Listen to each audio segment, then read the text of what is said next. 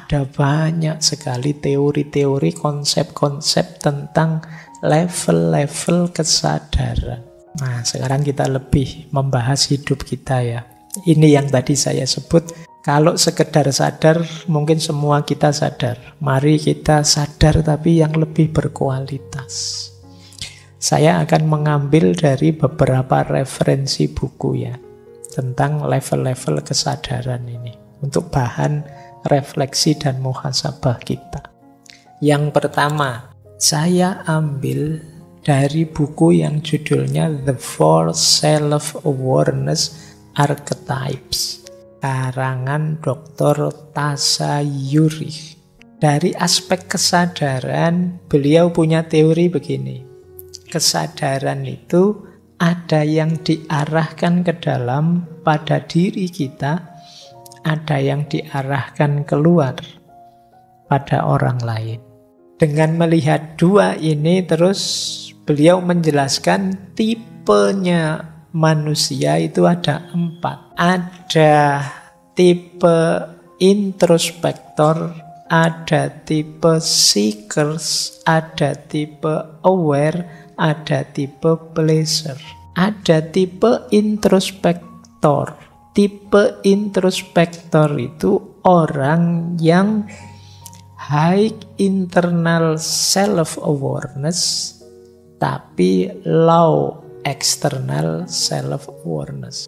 Mengenali dirinya secara tinggi berarti sangat kenal dirinya, tapi kurang peduli, kurang menyadari sekitarnya.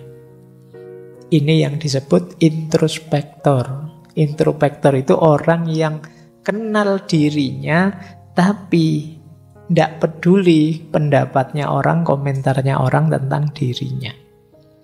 Dia juga tidak menguji tentang kesadarannya. Orang seperti ini biasanya, pokoknya saya kayak gini, terserah orang lain mau apa. Introspektor namanya. Loh, orang seperti ini ya nanti jadinya dia tidak berkembang. Karena kadang-kadang masukan dari orang lain juga penting. Ya, ini tipe pertama. Orang yang sadar diri tapi tidak peduli lingkungan sekelilingnya. Ada tipe kedua. Tipe seekers. Kalau seekers ini lebih parah. Seekers itu para pencari. Maksudnya dia ini masih dalam proses pencarian.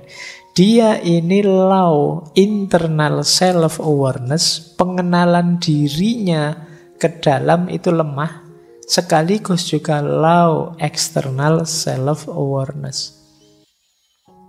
Pengenalan keluarnya juga lemah. Jadi dia tidak jelas tentang dirinya, juga tidak mau diberi masukan orang lain. Ini tipe seekers. Ini yang saya sebut tadi ya, mungkin orang apatis atau orang cuek. Ada di sini. Nanti ada juga yang high external self-awareness dan high internal self-awareness. Kalau bisa kalian ada di sini. Ini orang yang aware. Orang yang paham dirinya, kenal dirinya, sekaligus terbuka masukan dan pendapat orang lain. Ini tipe aware. Nanti ada yang tipe high external self-awareness tapi low internal. Ke dalam dia lemah tapi keluar dia luar biasa. Sangat peduli dengan orang lain. Namanya tipe pleaser. Tiap hari yang dipikirannya gimana mengikuti pendapatnya orang, menyenangkan orang lain. Namanya pleaser. Dia sendiri tidak tahu keinginannya apa. Pokoknya ikut saja orang-orang. Yang penting orang lain senang. Kata teman-teman, saya itu baiknya begini dan kamu jalan itu. Menurut teman-teman, mereka itu bangga dengan saya kalau saya neraktir mereka. Ya wis tak traktir semua. Itu pleaser. Dia hanya menyenangkan saja orang lain. Kayak ini 3 tipe namanya archetype. Tipe paling utama. Kalian ada di mana? Kalian pleaser kah? Atau aware kah? Atau seekers, cuek saja Pak, peduli amat. Atau orang yang introspeksi dirinya bagus tapi tertutup dari masukan-masukan orang lain. Baik, kalian menilai diri kalian ya, tidak usah bilang-bilang ke yang lain, tidak apa-apa. Untuk kalian sendiri. Lanjut. Ada cara menjelaskan yang berbeda. Kali ini saya ambil dari bukunya Jeff Cooper, Levels of Awareness. Beliau pakai gambar juga yang dengan simbol-simbol warna. Ada warna putih, ada warna kuning, ada warna oranye, ada warna merah. Ini dari orang paling cuek sampai orang paling serius. Kalian ada di tipe mana, silahkan introspeksi. Yang warna putih, ini di kesadaran putih, ini orang yang rileks tapi unaware dan unprepared. Jadi nyantai sih, tapi tidak punya kesadaran dan tidak siap menghadapi apapun. Contohnya yang tiap hari walking and texting, kata beliau. Ini bukan contoh dari saya loh ya. Yuk jalan yuk, yuk ngopi yuk, terus bariku terus. Suka yang ngono terus uripe. Jadi relax tapi unaware. Dia tidak membaca dirinya, tidak mengenali kebutuhan dirinya, sehingga dia unprepared. Kalau ada apa-apa kaget, tidak siap. Yuk ngopi yuk, yuk jalan-jalan yuk. Begitu sadar, aduh besok pagi presentasi aku. Ya unprepared kamu.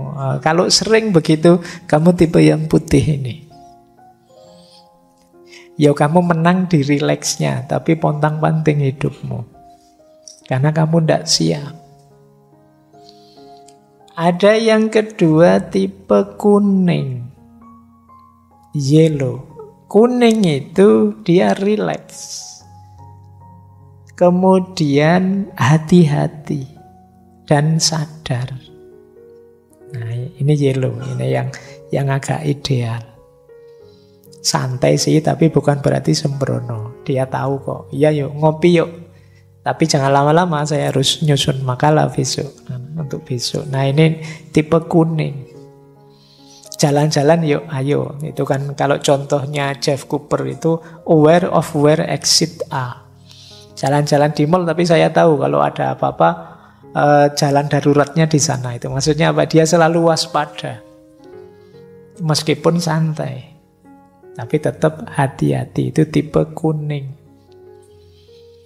Pikirannya penuh perhitungan. Ada oranye. Kalau oranye ini sudah agak lebih heightened state of alertness. Orang yang mulai mudah cemas, mudah was-was. Cirinya apa? Something doesn't look or feel right. Selalu merasa ini mesti ada yang salah, ada yang kurang. Apa ya? Itu selalu begitu. Ini khawatir terus, cemas terus. Ada yang tidak beres deh ini rasanya. Nah kamu was-was terus. Agak berlebihan. Makanya di situ contohnya panas-panas pakai jas hujan. Ya. Kenapa? Khawatir. Oh sekarang hujan itu tidak bisa diprediksi loh Pak. Kalau hujan beneran gimana? Nanti kalau kehujanan saya pilek loh. Terus ngono. Jadi mulai agak terlalu khawatir. Ini warna oranye. Jadi saya tidak tahu kalian itu orang tipe ini biasanya di tasnya itu isinya iso macam-macam. Yo ada cutter, yo ada siapa tahu nanti perlu. Opo-opo dibawa semua. Alasannya siapa tahu nanti perlu. Nah mungkin kuliah bawa palu, bawa cutter, bawa itu. Lu sopo ngerti nanti dibutuhkan Pak. Gitu. Ini tipe oranye. Ya, saya tidak tahu kalian ada di tipe yang mana ya. Ada yang paling parah. Paling parah apa? Tipe merah, tipe red. orang ini tidak sekedar cemas, tapi dia merasa selalu terancam. Sampai level tidak berani ngapa-ngapain. Concern for your survival. Ini kesadaran merah. Cirinya apa di kesadaran merah? Run, hide, and fight. Lari, sembunyi, atau perang. Jadi fight, berjuang, setelah itu lari, setelah itu sembunyi. Dia tidak nyaman hidupnya. Merasa terancam. Orang terancam kan gitu, sembunyi, terus lari, kalau ada kesempatan menyerang. Nah, kalau ini agak parah. Tipe merah. Sebenarnya masing-masing mungkin diperlukan dalam hidup kita. Kadang-kadang juga kita harus cari selamat dalam hidup. Tapi kadang-kadang juga harus santai. Tapi ada orang yang dominannya di putih, ada yang dominannya di kuning, ada yang dominannya di oranye, ada yang dominannya di merah. Saya tidak tahu kalian ada di mana. Coba nanti kalian pakai ini untuk meneliti teman-teman mau dirimu sendiri. Generasi hari ini. Benar tidak sih generasi hari ini tuh misalnya lebih cenderung putih, santai saja, cuek saja. Atau jangan-jangan oranye tadi, khawatir, cemas. Cemas masa depan, cemas jodoh, cemas ijazah, cemas karir, cemas terus. Atau malah tidak sekedar cemas, merasa terancam. Mau apa-apa tidak berani, jangan apa bahaya. Mau ini tidak berani, mau itu tidak berani. Nah ini level kesadaranmu. Baik, saya lanjutkan ya. Buku ketiga yang membahas level kesadaran. Boleh kalian cari buku yang judulnya Power versus Force, An Anatomy of Consciousness, The Hidden Determinant of Human Behavior, karya David R. Hawkins. Ini luar biasa, orang ini melakukan penelitian katanya 20 tahun untuk meneliti kesadaran manusia.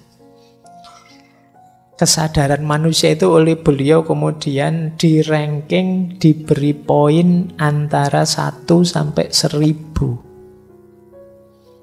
Kemudian dibagi 2. Ada yang jenis force, ada yang jenis power. Kalau force itu sifatnya negatif, kalau power itu sifatnya positif. Nah, kalau ini menarik ya untuk ngecek kita sedang ada dalam situasi apa, dalam kesadaran apa. Kesadaran paling rendah itu malu.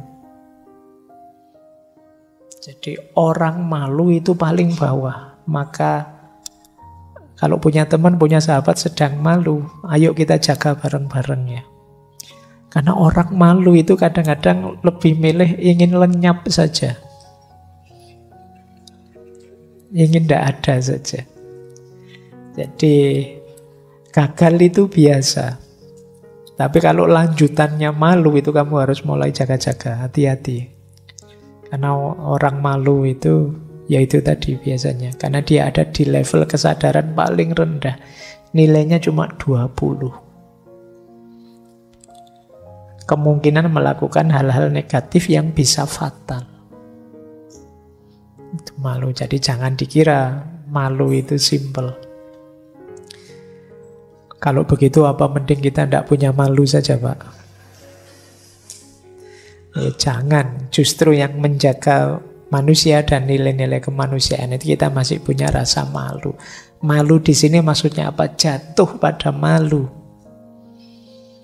Melakukan hal-hal yang memalukan. Ada di kesadaran, malu saya kok melakukan itu. Malu saya kok gagal. Malu saya. Nah, ini kesadaran paling rendah. Di atas malu ada guilty. Guilt, rasa bersalah. Ini nilainya 30. Jadi ya merasa, wah iya ya, keliru saya. Oh, saya kok melakukan itu ya, dosa saya. Nah, ini kesadaran rendah, 30. Getarannya negatif. Di atas rasa bersalah ada apati atau apatis. Tadi loh, cuek. Jangan dikira cuek itu keren. Kalau memang cuek beneran, kalian acuh beneran dengan hidupmu, kesadaranmu, kesadaran apatis, itu kamu ada di kesadaran level rendah. Getarannya negatif. Membawa berarti pada hal-hal yang negatif.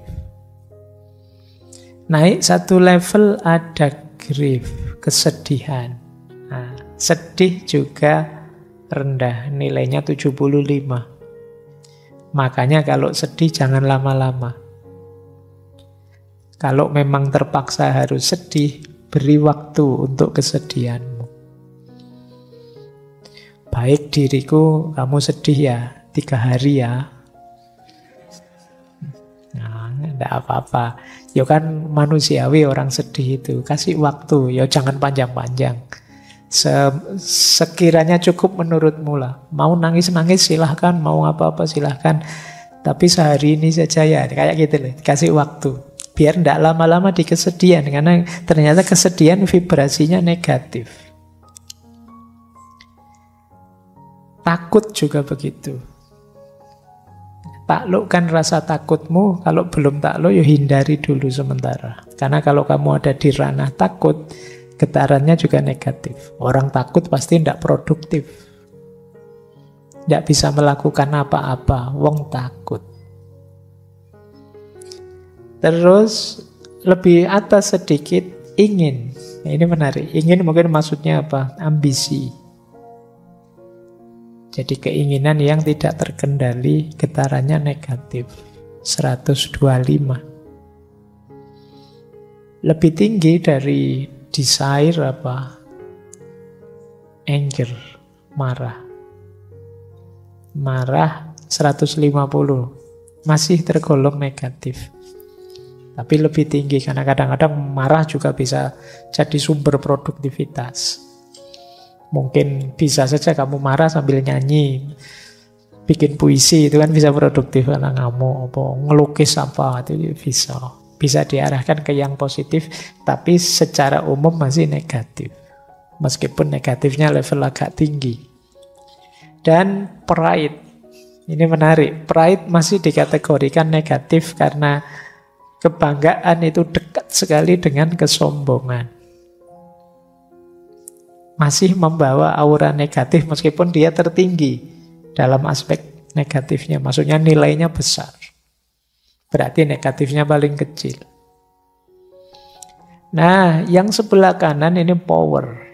Getarannya positif. Kalau kalian emosinya ada di yang kanan itu, kesadarannya di yang kanan itu, lanjutkan. Karena kalian ada di track yang benar. Yang pertama apa? Berani. Ketika keberanian itu muncul, 200 nilainya. Kamu siap nikah? Siap Pak, berani saya. Meskipun belum kerja, berani saya Pak, lumayan. Nah ini berarti kalian punya keberanian. Dan itu positif energinya. Kesadarannya positif. Yang ke-10 netral. Netral itu stabil, tidak mudah terpengaruh. 250 positif. Terus willingness, cita-cita. Beda dengan desire tadi ya. Desire itu hasrat, keinginan, nafsu. Kalau willingness itu kemauan, punya cita-cita, itu menggerakkan secara positif. Kemudian acceptance, penerimaan. Situasiku seperti apa, saya ridho dengan ketetapannya Allah. Nah ini 350. Kemudian berpikir akal, 400. Kemudian cinta, 500 ternyata. Dalam penilaiannya Hawking ya. Cinta itu 500. Di atas cinta ada lagi yang energi positifnya besar, sukacita. Ya karena mungkin kenapa lebih tinggi sukacita? Ya dari aspek powernya, sukacita lebih besar. Kadang-kadang cinta kan bikin lemes juga. Apalagi kamu ditolak, apalagi kamu dicuekin, itu kan terus jadi lemes. Tapi kalau gembira itu kemungkinan lebih besar. Joy, sukacita. Kedamaian, getaran positifnya besar, 600. Dan yang paling tinggi antara 700 sampai 1000 itu enlightenment, pencerahan. Orang yang di kesadaran tercerahkan itu energinya luar biasa. Ketika kamu merasa tercerahkan itu kan semangatmu meluap-luap. Nah, ini boleh untuk bahan evaluasi dirimu ya. Saya ada di mana, Pak? Kamu sedang malu, sedang sedih, apa sedang apa? Kamu cek, kamu dapat nilai berapa?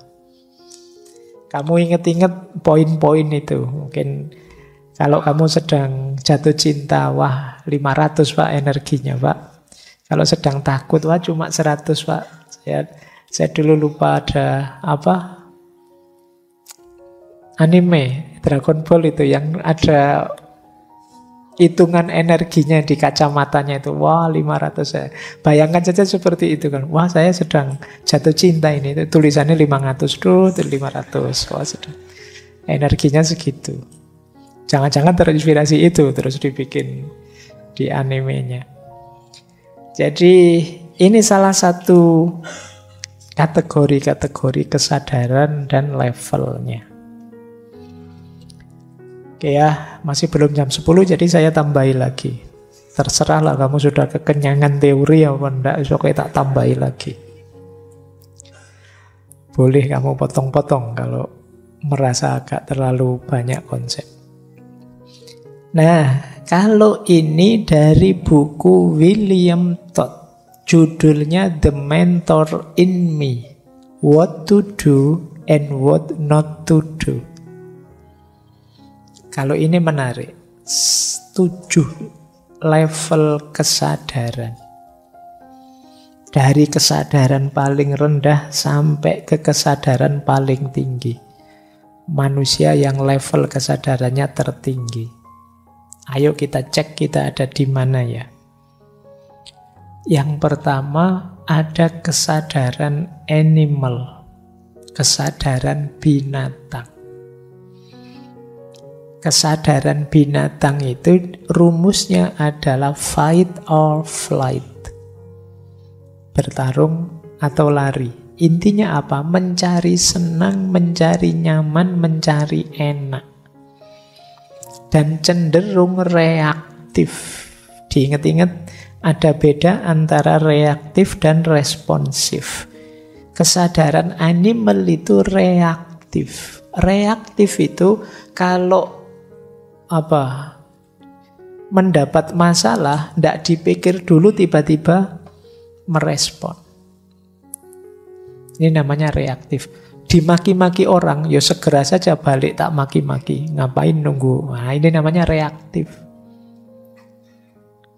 Jadi dapat nilai jelek, ya tiba-tiba saja mutung misalnya marah. Ini namanya reaktif. Dan ini kesadaran animal. Binatang itu kan kamu senggol, kucing saja kamu senggol, wow, terus wah, gitu kan gitu. Dia tidak pakai mikir ini aku harus ngapain, enggak. Itu namanya reaktif. Kan banyak orang begitu, reaktif. Melakukan apa-apa tidak dipikir dulu. Sehingga kadang-kadang keliru. Jadi kalau kalian begitu, kalian ada di kesadaran paling bawah. Kesadaran animal. Padahal kita istimewa karena punya akal budi, tapi di level kesadaran paling bawah ini jarang dipakai. Naik satu level lagi, ada kesadaran mass. Mass itu ya massa, masyarakat. Di level kesadaran kedua ini, yang kita lakukan hanya follow the crowd. Kita hanya mengikuti masyarakat, mengikuti orang lain, mengikuti kerumunan. Agak mirip juga dengan kesadaran animal. Di kesadaran emas ini kita tidak terlalu pakai akal budi kita. Pokoknya yang lain ke utara, ya saya ke utara. Yang lain ke selatan, ya saya ke selatan. Katanya orang lain itu baik, ya saya ikut itu. Katanya orang lain itu buruk, ya saya hindari itu. Pokoknya dia tidak pernah mikir. Yang viral apa, ya berarti saya ikut ke situ. Ini namanya kesadaran massa. Hanya follow the crowd. Kita tidak jadi diri kita sendiri sebenarnya. Kita hanya mengalir saja mengikuti arus kerumunan. Nah, ini level 2. Jadi jangan-jangan ada orang baik, yo rajin ngaji, yo melakukan hal baik-baik, tapi hanya karena follow the crowd. Nilainya jadi minimal. Dia ada di kesadaran yang bawah. Dia tidak punya kesadaran sendiri, tidak otentik versi dirinya. Nah, naik satu level lagi. Namanya kesadaran aspiration. Ini pikirannya mulai dipakai. Mulai usul, punya pandangan sendiri, punya perspektif sendiri. Sayangnya level 3 ini desire without action. Usul saja ndak berani mikul. Mikir terus, aspirasi terus. Punya ide ini, punya ide itu, tapi ndak ada yang wujud. Jadi pikirannya dipakai sih, tapi yo mikir untuk mikir saja. Kalau diajak diskusi lama, aspirasinya macam-macam. Begitu, siapa yang tanggung jawab ini? Diam semua. Nah, isinya aspiration saja. Kegiatan sederhana saja rapatnya bisa puluhan kali. Usulannya macam-macam. Sudah dibahas berjam-jam, pertanyaan terakhir, ini anggarannya dari mana? Tidak tahu. Selesai, terus tidak jalan acaranya. Pokoknya tipe aspirasi, kegemarannya berpikir, tapi tidak punya orientasi tindakan. Ya lumayan, sudah mulai pakai akalnya, tapi kurang transformatif. Level aspiration. Pokoknya diskusi, rapat. Nanti keputusan rapat kita hari ini adalah kita rapat lagi minggu depan. Nah, itu kamu ada di kesadaran aspirasi. Senengannya seandainya. Wah, seandainya begini gimana? Yang sana, loh tapi kalau seandainya begitu, nah yang sini juga, loh tapi kalau. Jadi ya kalau pakai seandainya ya bisa seluruh dunia jadi seandainya. Ini tipe aspirasi. Nah, naik satu level ada tipe individual. Tipe ini orang mulai melakukan ekspresi diri, mulai menyatakan keunikan dirinya. Tidak sekedar pikiran, dia mewujudkan versi dirinya. Ini loh yang saya mau, ini yang saya inginkan, ini loh pilihanku. Nah, ini level individual. Ini kesadarannya lebih tinggi. Nah, kalau sukses di sini, sebenarnya ada yang lebih tinggi apa? Kesadaran disiplin. Orang dengan kesadaran disiplin itu, dia punya target, punya cita-cita, punya keinginan, dan dia berkomitmen mewujudkannya secara disiplin. Ini kesadarannya lebih tinggi. Kalau yang individual tadi kan mengekspresikan diri saja, tapi yang ini ada targetnya, ada saya ingin jadi seperti itu, saya ingin mencapai itu, dan dengan komitmen penuh mencapai tujuan itu namanya kesadaran disiplin. lebih tinggi daripada sekedar kesadaran individual. Kalau ingin lebih tinggi lagi, ada namanya kesadaran experience. Kesadaran experience itu kesadaran pengalaman. Kenapa ini lebih tinggi dari disiplin? Orang yang disiplin saja, kadang-kadang kalau dia tidak luwes, hidupnya jadi kaku, monoton. Situasi berubah, dia tidak mau berubah. Saya pokoknya target setiap sholat harus ke masjid misalnya. Dan itu dia komitmen, bagus sih. Tapi kalau dia tidak naik level ke experience, nanti dia mengalami hal yang berbeda. Dia memaksakan diri harus begitu terus, hasilnya bisa sebaliknya. Pandemi datang, enggak. Meskipun pandemi saya tetap harus ke masjid karena sudah niatnya begitu. Padahal di luar, di mana-mana sedang dilarang karena penyakit merajalela. Nah ini kurang luas. Maka perlu naik level, kamu naiklah ke experience. Experience itu iya, saya punya target ini, saya berkomitmen. Tapi sekarang situasinya berubah begini. Saya bisa merespon situasi itu. Ini belajar dari pengalaman, itu sederhananya orang experience. Jadi dia tidak sekedar disiplin, tapi juga target untuk lebih baik terus-menerus dari experience, belajar dari pengalaman. Ini level lebih tinggi. Puncaknya kalau bisa level mastery. Level mastery ini puncak. Cirinya apa? Responsif, tidak reaktif. Mau melakukan apapun dipikir dulu. Yo mempertimbangkan kenyamanan, mempertimbangkan orang lain, Mas, mempertimbangkan aspirasi yang macam-macam, mempertimbangkan ekspresi diri, mempertimbangkan target dan disiplin dan komitmen, mempertimbangkan pengalaman situasi, baru diputuskan. Ini mateng kalau orang sudah nyampe mastery. Kesadarannya tidak kesadaran reaktif, tapi kesadaran responsif. Kalau respon itu diawali berpikir dulu, mendalam, terus baru dieksekusi. Inilah 7 level kesadaran. Nah, teman-teman boleh cek ya, saya ada di mana sekarang? Mastery pasti belum, Pak. Experience masih meraba-raba. Disiplin masih belum konsisten. Ekspresi diri tidak jelas. Saya mau mengekspresikan diri saya kayak gimana? Aspirasi tidak pernah sih, Pak. Isinya gegeran terus sama teman-teman.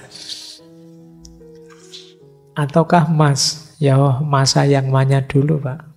Animal, jangan-jangan nyari kesenangan. Tidak tahu juga, Pak, tapi rasanya hidup saya juga tidak senang-senang amat. Berarti levelnya di bawah ini. Tidak ada kesadarannya. Baik, ya kamu renungi sendiri ya. Kalau bisa kamu naik level kesadaranmu biar hidup kita lebih bernilai. Tambah tinggi level kesadaran kita, tambah bernilai hidup kita, tambah berkualitas. Baik, tiba-tiba tadi saya ngambil referensi, ini teori kesadaran yang lain ya. Namanya kesadaran religius. Kita semua kan orang beragama. Loh, kesadarannya orang beragama itu loh juga beda-beda ternyata. Saya jelaskan sekilas ya. Ada 7 jenis kesadaran religius. Yang pertama namanya kesadaran ritual. Kesadaran ritual itu orang beragama yang fokusnya hanya pada ritual ibadah. Kalau dalam Islam mungkin fokus pada sholat, fokus pada ngaji, fokus pada zakat, fokus pada tahajud, fokus pada puasa. Nah, ini kesadaran ritual namanya. Nanti ada orang yang kesadarannya virtu. Kita sebut saja kesadaran virtu ini kesadaran amal soleh. Dia lebih fokus kontribusiku apa untuk lingkungan sekelilingku. Aku bisa berbagi apa, bisa memberi apa, bisa infak sedekah apa, bisa menolong apa pada orang-orang sekelilingku. Nah, ini kesadaran religius jenis virtu. Nanti ada juga kesadaran mistik, mystical. Kalau ini para sufi ada di sini. Fokusnya pada kedekatan dan pengalaman berhubungan dengan Tuhan. Ini kesadaran mistik. Gimana caranya aku tambah dekat dengan Tuhan, menghayati pengalaman bersama dengan Tuhan. Ini namanya kesadaran mistik. Ada orang beragama itu kesadarannya kesadaran reflektif. Jadi dipikirkan, direnungi, dicari hikmahnya, dipahami konsep-konsepnya, dirasionalkan. Ini kesadaran reflektif namanya. Kita misalnya di beberapa sesi ngaji filsafat, tema-tema agama itu banyak yang model kesadaran reflektif. Nanti ada juga orang beragama itu membawa kesadaran transformatif. Kesadaran transformatif itu fokus pada bagaimana aku harus berubah jadi lebih baik terus-menerus. Jadi dia memperhatikan dirinya sendiri dalam segala aspek keberagamaan. Saya berubah lebih baik terus. Dan ini tidak gampang karena biasanya orang beragama itu sudah yakin terus mandek. Merasa sudah baik, merasa sudah benar. Tapi ada orang beragama yang visinya transformatif. Aku ingin berubah terus, tapi berubah yang lebih baik, lebih baik. Ada juga orang beragama yang kesadarannya kesadaran konvensional. Kalau kesadaran konvensional itu kesadaran kayak massa tadi. Ikut yang lain. Yang lain bagaimana? Kelompokku bagaimana? Aliranku bagaimana? Ini kesadaran konvensional namanya. Aku ini ada di grup mana? Kalau di grupku pikirannya bagaimana? Yang dijalankan apa? Ini beragama kesadaran konvensional. Yang terakhir, ada orang beragama dengan kesadaran karisma. Kesadaran karisma itu kesadaran idola-idola. Ustadku, guruku, kiaiku, panutanku. Fokusnya ke situ pokoknya. Jadi kalau beliau-beliau menyuruh aku melakukan ini, ya aku lakukan. Kalau melarang itu ya aku hindari. Cuma dia follow, mengikuti orang yang dianggap menguasai, orang yang punya karisma. Nah, ini 7 tipe kesadaran religius. Kalian ada di mana silahkan. Kalian lebih fokus pada ibadah, ritual, lebih fokus pada amal soleh, kebaikan bagi sesama, atau lebih fokus olah batin, penghayatan, atau lebih fokus olah akal, refleksi, atau fokus transformasi diri, atau fokus pada kelompok-kelompok agama yang kita ikuti, atau pada tokoh-tokoh yang kita ikuti. Nah, ini bahan refleksimu lagi-lagi. Dalam beragama kita di kesadaran yang mana? Sebenarnya nanti banyak. Dalam hidup sosial ada level kesadarannya. Nanti dalam pendidikan ada level kesadarannya. Dulu kita belajar Paulo Freire, Pendidikan itu ada level kesadaran magis, ada level kesadaran naif, ada level kesadaran kritis. Ini juga jenis kesadaran. Jadi dari sisi isi kesadaran, kesadaran itu luas sekali. Maka pastikan kita tetap sadar dan meningkatkan kesadaran kita. Terakhir, untuk menjaga atau memelihara kesadaran, ini tips praktis saja, biar kita senantiasa ada dalam wilayah sadar, entah di level kesadaran yang mana, yang penting tetap sadar, bukan tidak sadar. Yang pertama apa? Berpikir dan berefleksi, terus berpikir. Jangan berhenti berpikir. Selama kita masih berpikir, berefleksi tentang hidup kita, saat itu berarti kita masih sadar. Yang kedua, berempati dan menghayati pengalaman. Berempati itu peduli dengan sesama. Kemudian mari kita rasakan, kita nikmati, kita hayati setiap pengalaman. Wah, saya sedang sedih nih.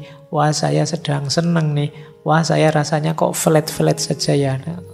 Kok rasanya tidak nyaman ya. Mari kita nikmati ini semua. Paling tidak, begitu kita sadar apa yang kita rasakan, ya saat itu sebenarnya kita sadar. Tidak cuek. Jadi tidak apa-apa meskipun pahit, kita akui saja berarti kita sadar.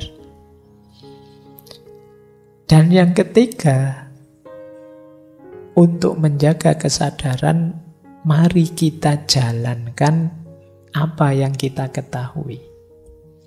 Jadi bertindak dan evaluasi terus-menerus. Saya tahu Pak, ini buruk, ini baik. Jalankan yang baik, tinggalkan yang buruk. Ayo kita terjemahkan, kita jalankan terus. Ini apa? Biar kita tetap dalam kondisi sadar.